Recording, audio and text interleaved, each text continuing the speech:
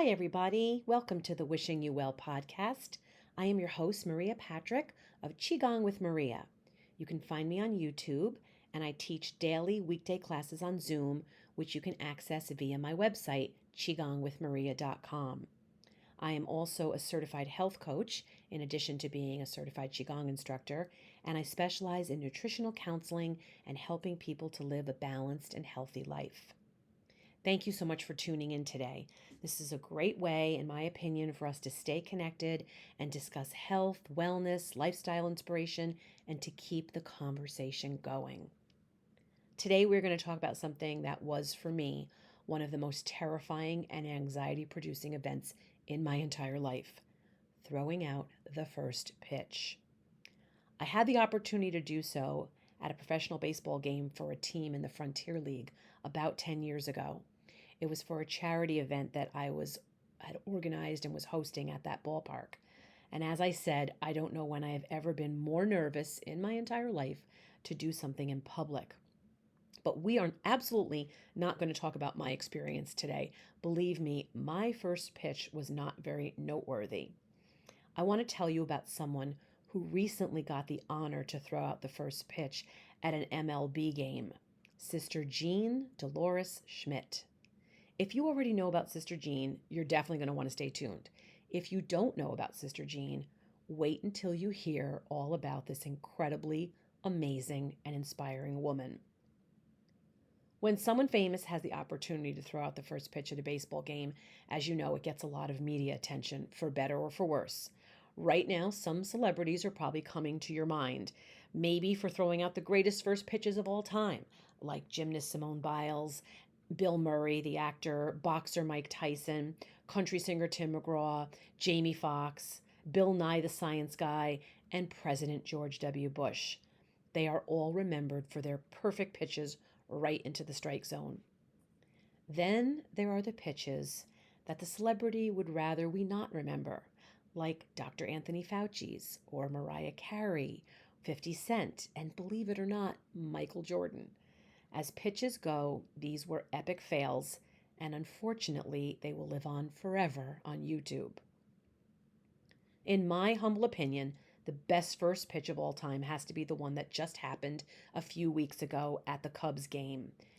Sister Jean, who is a 104-year-old nun and the chaplain of the Loyola University of Chicago men's basketball team, made headlines once again as she threw the ceremonial first pitch before a Chicago Cubs game.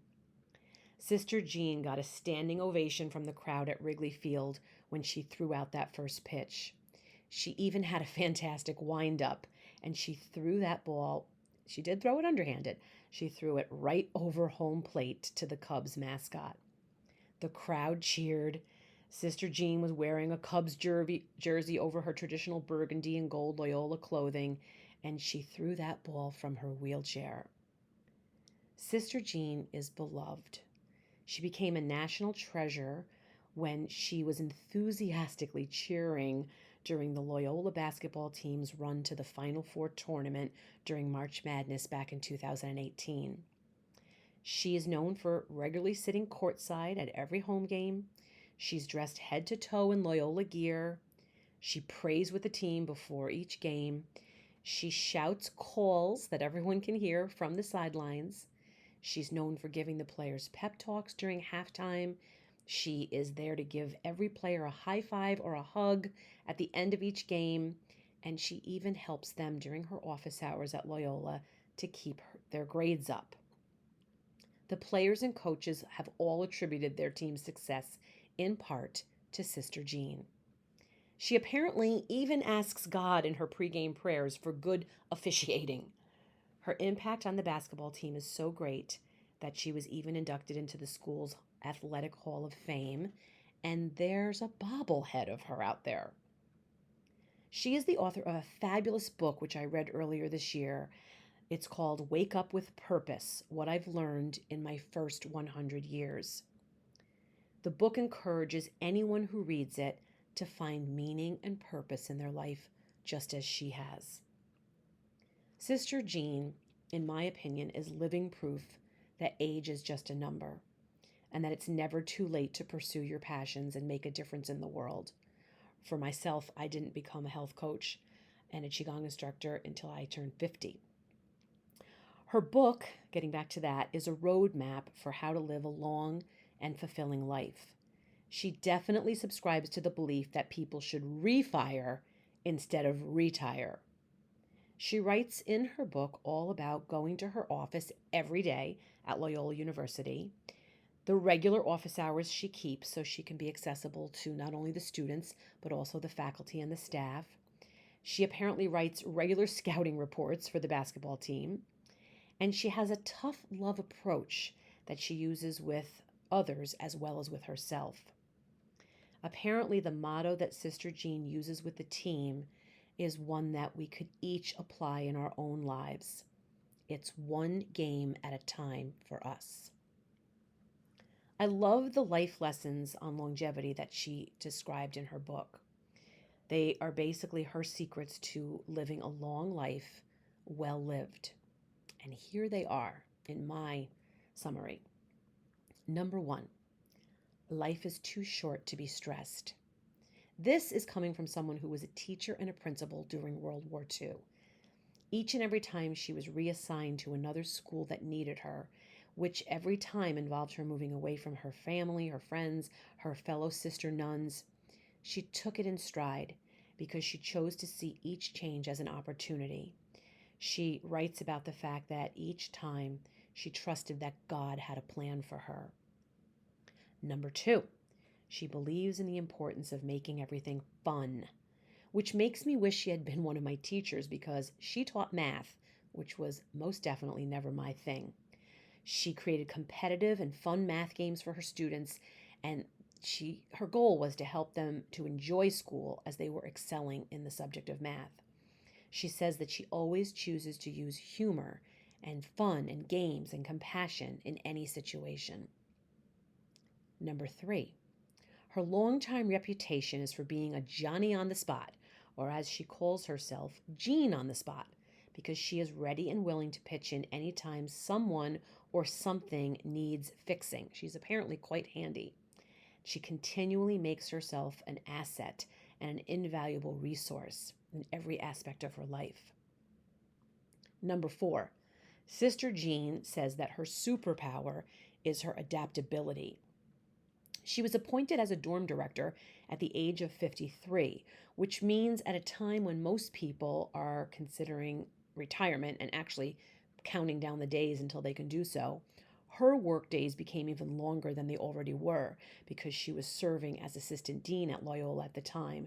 She would get home at 7 p.m. after working all day, and she put in several more hours every night because she knocked on the dormitory door of each and every resident that she was responsible for, checking on them. She was as committed to this job that she was even personally taking care of each and every student when they got sick. She would bring them orange juice and food right to their dorm. She prides herself on being the ultimate team player, and when you read the book or hear about her life, you realize that she has proved that many times over throughout the years. Number 5, Sister says, if you keep moving, you will eventually find your balance. As I said earlier, she doesn't believe in retirement, and shortly after her official retirement age, at the age of 75, Loyola offered her apparently a very generous retirement package.